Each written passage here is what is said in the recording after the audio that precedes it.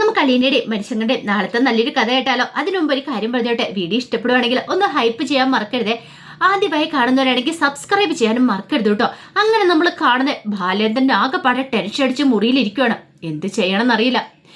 രോഹിത്തിനെ പുറത്തിറക്കാൻ പറ്റുമോന്നറിയില്ല. ആ ശരണ്യ മൊഴി മാറ്റി പറഞ്ഞിട്ടുണ്ടെങ്കിൽ എല്ലാം അവസാനിച്ചു. വല്ലാത്തൊരു ടെൻഷനായിരുന്നു ബാലേന്ദ്രൻ്റെ മനസ്സിൽ. അപ്പോഴാണ് അലീന ഒരു ഗ്ലാസ് ചായയൊക്കെ ആയിട്ട് അങ്ങോട്ട് വരുന്നത്. പിന്നീട് ബാലേന്ദ്രനോട് ചോദിച്ചു, എന്താ അച്ഛാ? അച്ഛന് ഭയങ്കര ടെൻഷനാണെന്ന് തോന്നല്ലോ. എനിക്ക് എന്ത് ചെയ്യണമെന്നറിയില്ല അലീന. ഞാൻ ആകെപ്പാടെ ഭ്രാന്ത് പിടിക്കും. എനിക്ക് ആകെപ്പാടെ ഭ്രാന്ത് പിടിക്കുന്നവർ തോന്നുന്നുണ്ട്. ഇത്രയൊക്കെ ആയിട്ടും അവനെ പുറത്തിറക്കാൻ പറ്റിയില്ലെങ്കിൽ ഒരച്ഛനെന്ന നിലയിൽ ഞാൻ പിന്നെ എന്തിനാ ഇരിക്കണേന്ന് ചോദിച്ചു. അത് കേട്ടപ്പോൾ അലീന പറഞ്ഞു, അത് അച്ഛൻ്റെ കുഴപ്പം കൊണ്ടല്ലല്ലോ എന്ന് പറഞ്ഞു. അച്ഛൻ എന്തെങ്കിലും തെറ്റ് ചെയ്തോ? ഇല്ലല്ലോ, ഞാൻ തെറ്റ് ചെയ്തിട്ടൊന്നുമില്ല. പക്ഷെ അവൻ നിരപരാധിയാന്ന് അറിഞ്ഞിട്ടും അവൻ എനിക്ക് രക്ഷിക്കാൻ പറ്റുന്നില്ലോ എന്ന് ഓർത്തിട്ട്.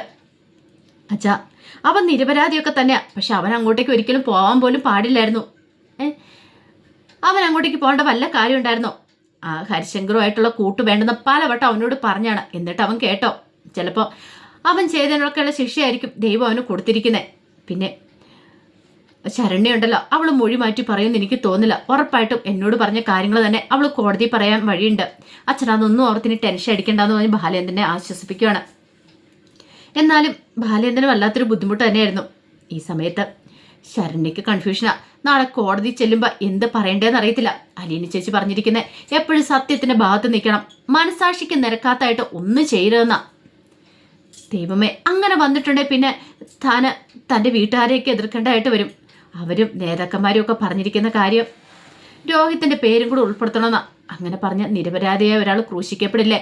ശരണ്യക്ക് തലയ്ക്ക് ഭ്രാന്ത് പിടിക്കുന്നുള്ളൂ തോന്നി. അപ്പോഴാണ് ശരണ്യ അച്ഛൻ അങ്ങോട്ട് വരുന്നേ. വന്നിട്ട് ചോദിച്ചു, എന്താ മോളെ, നീ ഭയങ്കര ആലോചനയിലാണല്ലോ? ഒന്നുമില്ല അച്ഛാ, നാളത്തെ കാര്യം അറിയാലോ.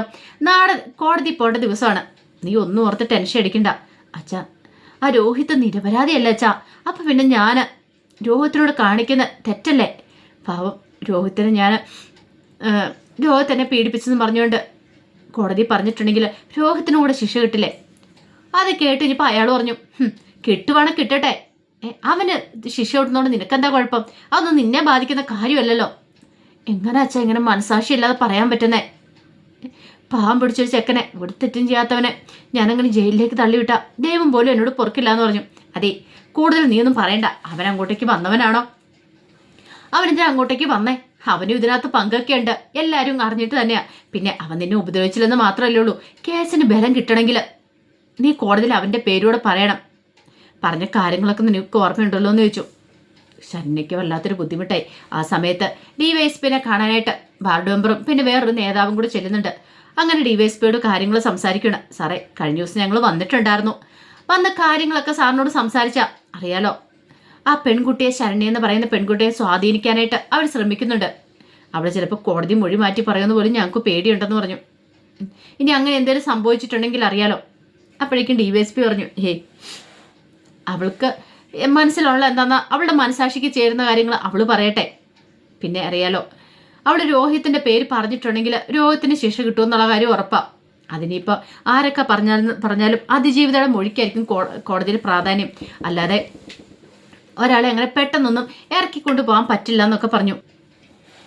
അതൊക്കെ കേട്ട് കഴിഞ്ഞപ്പോൾ അവർക്കും ഒരു സമാധാനമായി. അങ്ങനെ അവർ ശരണ്യയുടെ വീട്ടിലേക്ക് വരുവാണ്. ശരണ്യയുടെ വീട്ടിൽ വന്ന് ശരണ്യയുടെ അച്ഛനെ കണ്ട് സംസാരിക്കുക. നാളെ കോടതിയിലേക്ക് മോളെ കൊണ്ട് പോകേണ്ട ദിവസമെന്ന് അറിയാലോ. അതൊക്കെ അറിയാം സാറേ എന്ന് പറഞ്ഞു. ഞങ്ങൾ അവളെ ഒന്ന് കാണട്ടെ എന്ന് പറഞ്ഞു. അങ്ങനെ രണ്ട് നേതാക്കന്മാരും കൂടെ അകത്തേക്ക് കയറി. ശരണ്യക്കാണെങ്കിൽ അവരെയൊക്കെ കാണുമ്പോൾ വല്ലാത്തൊരു ബുദ്ധിമുട്ടായിരുന്നു. എപ്പോൾ വന്നാലും കുറ്റപ്പെടുത്തലും കാര്യങ്ങളും മാത്രം. നിനക്ക് വേണ്ടി ഞങ്ങൾ അത് ചെയ്യും, ഇത് ചെയ്യും, ബക്കറ്റ് പിരിവ് നടത്തും എന്നൊക്കെ ഇങ്ങനെ പറഞ്ഞുകൊണ്ടേയിരിക്കും. പക്ഷെ ശരണ്യയ്ക്ക് അതൊന്നും ഒരു താല്പര്യം ഉണ്ടായിരുന്നില്ല. എന്ത് ചെയ്യാൻ പറ്റും?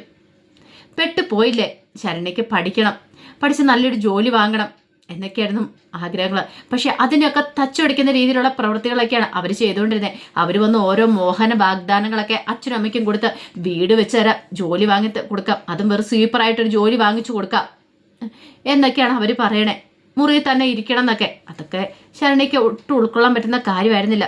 പിന്നീട് അവർ വന്നിട്ട് പറഞ്ഞു, അതെ, നാളെ കോടതിയിലേക്ക് ചെല്ലേണ്ട ദിവസമാണെന്നറിയാലോ. ആ രോഹിത്ത് എന്ന് പറഞ്ഞവൻ നിന്നെ പീഡിപ്പിച്ചിട്ടില്ല എന്നൊക്കെ നീ അലീന എന്ന് പറയുന്നവളോട് പറഞ്ഞു. പക്ഷെ അവളോട് പറഞ്ഞു, നാളെ കോടതി ചെന്ന് കഴിയുമ്പം അങ്ങനെ ഒരിക്കലും പറയരുതെന്ന് പറഞ്ഞു.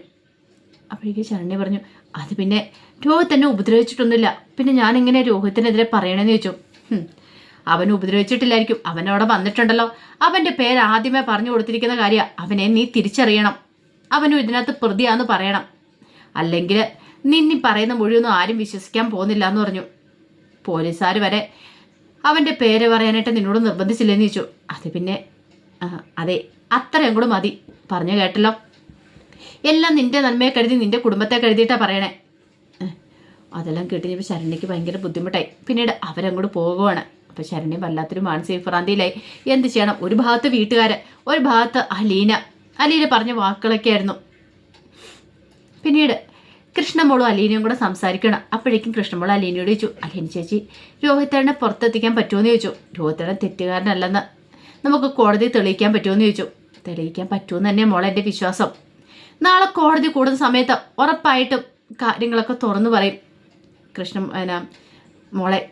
അതുകൊണ്ട് വിഷമിക്കാതിരിക്കാൻ പറഞ്ഞു. അല്ല, ഇനിയിപ്പോൾ ശരണ്യ അങ്ങനെ പറഞ്ഞില്ലെങ്കിലോ?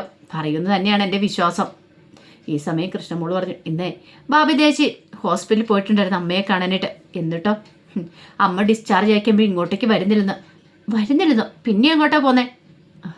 അമ്മ വേറെ വാടക വീടെടുത്ത് മാറുമെന്ന്. വാടക വീടോ? അതെ. പിന്നീട് ഭവിത പറഞ്ഞ കാര്യങ്ങളൊക്കെ കൃഷ്ണമോള് പറയണം. അമ്മ പറഞ്ഞു പോലും, അവൾ ഈ വീട്ടിലുണ്ടെങ്കിൽ ഈ ഗേറ്റ് കടന്ന് ഞാൻ ഇങ്ങോട്ടേക്ക് വരത്തില്ല എന്ന്. ആ സമയം അലീന പറഞ്ഞു, സാരമില്ല മോളെ, വിഷമിക്കൊന്നും വേണ്ട. അമ്മ അങ്ങനെ പോവുകയാണെങ്കിൽ ഞാനൊരു കാര്യം തീരുമാനിച്ചിട്ടുണ്ട്. ഞാൻ ഈ വീട്ടിൽ നിന്ന് പോകുമെന്ന് പറഞ്ഞു. കാരണം ഇത്രയും കാലം എല്ലാവരും നിങ്ങളെല്ലാം സന്തോഷത്തോടെ അല്ലേ കഴിഞ്ഞ്. ഞാൻ വന്നതിന് ശേഷമല്ലേ ഈ പ്രശ്നങ്ങളൊക്കെ ഉണ്ടായത്. അതുകൊണ്ട് ഞാനൊരു കാര്യം തീരുമാനിച്ചു. നിങ്ങൾ സന്തോഷത്തോടെ സമാധാനത്തോടെ ജീവിക്കണം. ഞാനല്ലേ എല്ലാവരുടെയും കണ്ണിലെ കരട്. ഞാൻ അങ്ങോട്ട് മാറി തന്നേക്കാന്ന് പറഞ്ഞു. അപ്പോഴേക്കും കൃഷ്ണമോൾ എഴുന്നേറ്റ് വന്ന അലീനയെ കെട്ടിപ്പിടിക്കോടെ. എന്നിട്ട് ചോദിച്ചു, ചേച്ചി പോകുന്നോ? ചേച്ചി എങ്ങോട്ട് പോകാനായിട്ടാ? ചേച്ചി ഒരിടത്തേക്കും പോകത്തില്ല. അല്ലെങ്കിൽ ചേച്ചി അച്ഛൻ വിടുമെന്ന് തോന്നുന്നുണ്ടോ? മോളെ, എനിക്ക് പോകാതിരിക്കാൻ പറ്റില്ല. കാരണം അമ്മയ്ക്ക് ഇനിയും മനമാറ്റം ഉണ്ടായില്ലെങ്കിൽ എനിക്കിവിടെ നിൽക്കാൻ ബുദ്ധിമുട്ടുണ്ടെന്ന് പറഞ്ഞു. അമ്മ ഇവിടേക്ക് വരട്ടെ, അമ്മ ഈ വീട്ടിൽ കഴിയേണ്ടവളല്ലേ. ഞാൻ കാരണം ഒരിക്കലും ഒരു ബന്ധം തകരാൻ പാടില്ലെന്ന് പറഞ്ഞു. നല്ല കഥയായി. അങ്ങനെ ചേച്ചിനെ പറഞ്ഞു വിടുന്ന തോന്നുന്നുണ്ടോ? അത് മാത്രമല്ല, അമ്മ ഇങ്ങോട്ടേക്ക് വന്നിട്ടുണ്ടെങ്കിൽ പഴയതുപോലെ അമ്മയെ സ്നേഹിക്കാനായിട്ട് അച്ഛന് പറ്റുമോ? ചേച്ചി ഒന്ന് ആലോചിച്ച് നോക്കിയേ. അമ്മ അച്ഛനെ കുറ്റപ്പെടുത്തി സംസാരിക്കുന്നുണ്ടെങ്കിലും സത്യങ്ങളൊക്കെ എന്താണെന്ന് അച്ഛനും എനിക്കും എല്ലാവർക്കും അറിയാവുന്ന കാര്യമല്ലേ. ഇനിയിപ്പോൾ അറിയാനുള്ള രോഹിത്തേട്ടനും ഭവിദേശി മാത്രമേ ഉള്ളെന്ന് പറഞ്ഞു. അല്ല മോളെ, അതൊന്നും ശരിയാകത്തില്ല എന്ന് പറഞ്ഞിട്ട് അലീന അങ്ങോട്ട് എഴുന്നേറ്റ് പോയി. അലീനയ്ക്ക് നല്ല ബുദ്ധിമുട്ടുണ്ടായിരുന്നു. കുറച്ച് കഴിഞ്ഞപ്പോൾ അലീന മനുശങ്കറെ വിളിക്കുകയാണ്. മനുശങ്കറെ വിളിച്ചിട്ട് കാര്യങ്ങളൊക്കെ സംസാരിക്കുന്നുണ്ട്. എന്ത് ചെയ്യണമെന്ന് എനിക്കറിയില്ല മനുവേട്ട. ഞാൻ ആലോചിക്കുന്നേ ഈ വീട് വിട്ട് പോയാലോന്നാ. വീട് വിട്ട് പോകാനോ? എങ്ങോട്ടെങ്കിലും വേറെ എവിടെയെങ്കിലും പോയി ഞാൻ ജോലി ചെയ്തോളാം. മനുവേട്ടൻ എനിക്കൊരു ജോലി സെറ്റ് ചെയ്ത് തരാമെന്ന് ചോദിച്ചു. മനുശങ്കർ പറഞ്ഞു, ഇതാ അപ്പോൾ നന്നായത്. വേറെ വീട്ടിൽ പോയി ജോലി ചെയ്യാനോ? നിന്റെ വീടല്ലേ അത്, നിൻ്റെയും കൂടെ വീട്. അത് പിന്നെ അമ്മയുടെ സ്വഭാവം അറിയാലോ. അമ്മ അവിടെ നിന്ന് ഹോസ്പിറ്റലിൽ നിന്ന് ഇങ്ങോട്ടേക്ക് വരുന്നില്ല പോലും. അമ്മ വേറെ വീടെടുത്ത് മാറുവന്ന്. വേറെ വീടെടുത്ത് മാറുവാണെങ്കിൽ മാറട്ടെ. അതിനിപ്പം നിന്നോട് വാശി പിടിച്ചിട്ട് എന്താവാനാ? അല്ല മനുവേട്ട, അമ്മ ഇങ്ങോട്ടേക്ക് വരുവാണെങ്കിൽ അമ്മയോട് നിന്നോളൂ. പിന്നെ ഞാൻ അങ്ങോട്ട് മാറിക്കൊടുക്കുവാണെങ്കിൽ അമ്മയുടെ ഈ വാശിയും പിണക്കവും വൈരാഗ്യവും എല്ലാം മാറും. ഓ, നീ ഇപ്പം മാറിയെന്ന് പറഞ്ഞാലും ആൻറ്റിക്കൊരു മാറ്റം ഉണ്ടാവുമെന്ന് എനിക്ക് തോന്നുന്നില്ല. ആൻറ്റിയുടെ സ്വഭാവം നന്നായിട്ട് മനസ്സിലാക്കിയവനാ ഞാൻ. അതുകൊണ്ട് ആൻറ്റിക്കൊരു മാറ്റമൊന്നും ഉണ്ടാകാൻ പോകുന്നില്ല എന്ന് പറഞ്ഞു. ഒടുവിൽ അലീന പറഞ്ഞു, മനുവേട്ട എന്നാൽ ഒന്ന് സംസാരിച്ചു നോക്ക് അമ്മയോട്. ചിലപ്പോൾ എന്തെങ്കിലും മാറ്റം ഉണ്ടായാലോ. ഞാൻ സംസാരിച്ചു നോക്കാം. പക്ഷേ എങ്കിൽ ആൻറ്റിയുടെ കാര്യമായതുകൊണ്ട് എനിക്കൊന്നും പറയാൻ പറ്റില്ല എന്ന് പറഞ്ഞു. അങ്ങനെ പിറ്റേ ദിവസമായി. ഈ സമയത്ത് ബാലേന്ദ്രനും അലീനയ്ക്കൊക്കെ നല്ല ടെൻഷനാണ്. കാരണം കോടതി ഹാജരാക്കേണ്ട ദിവസമാണ് രോഹിത്തിനെ. അപ്പോൾ കോടതിയിൽ എന്തൊക്കെ നടക്കുമെന്ന് അറിയത്തില്ല. ഈ സമയം രാവിലെ തന്നെ ശരണ്യ റെഡിയാകുവാണ്. അപ്പോഴേക്ക് ശരണ്യയുടെ അച്ഛനും അമ്മയും കൂടെ വന്നു. പറഞ്ഞ കാര്യങ്ങളൊക്കെ ഓർമ്മയുണ്ടല്ലോ. കോടതിയിൽ എങ്ങനെയാണ് മൊഴി കൊടുക്കണമെന്ന് അവരെ നിന്നോട് ചോദിക്കും, തിരിച്ചറിയാൻ പറ്റുന്നുണ്ടോ ഇല്ലേ എന്നൊക്കെ. അപ്പം നീ എല്ലാവരുടെയും തിരിച്ചറിയണം. അറിയാലോ, നിന്നെ പീഡിപ്പിച്ചാരെന്നൊക്കെ വ്യക്തമായിട്ട് പറയണം എന്നൊക്കെ പറഞ്ഞ് അലീനയ്ക്കൊരു ക്ലാസ്സൊക്കെ ശരണ്യയ്ക്കൊരു ക്ലാസ്സൊക്കെ എടുക്കുന്നുണ്ട്. ശരണ്യ എന്തായാലും ഒരു കാര്യം തീരുമാനിച്ചിട്ടുണ്ടായിരുന്നു. മനസാക്ഷിക്ക് നിരക്കാത്തതായിട്ട് താൻ ഒന്നും ചെയ്യില്ല എന്ന്. തന്നെ കൊണ്ട് ഇങ്ങനെ ചെയ്യിച്ചാരാന്നുള്ള കാര്യങ്ങളൊക്കെ താൻ വിളിച്ചു പറയുന്ന പോലീസുകാരുടെ പേരും എല്ലാവരുടെയും പേര് അങ്ങനെ വന്നിട്ടുണ്ടെങ്കിൽ അവർക്കിടക്ക് നല്ല ഇടിവെട്ട് പണി കിട്ടുക തന്നെ ചെയ്യും. ആരൊക്കെയാണ് തന്നെ കൊണ്ട് ഇങ്ങനെ രോഗത്തിൻ്റെ പേര് പറയിപ്പിച്ചതെന്നൊക്കെ. അപ്പോൾ അതിൻ്റെ വിശേഷങ്ങളൊക്കെ കാണാനായിട്ട് പോകുന്നത്. ആ വിശേഷങ്ങൾക്കായി നമുക്ക് എല്ലാവർക്കും കാത്തിരിക്കാം കേട്ടോ. ഒരിക്കൽ കൂടി എല്ലാവർക്കും ശുഭരാത്രി നേർന്നുകൊണ്ട് നിർത്തുന്നു. നന്ദി.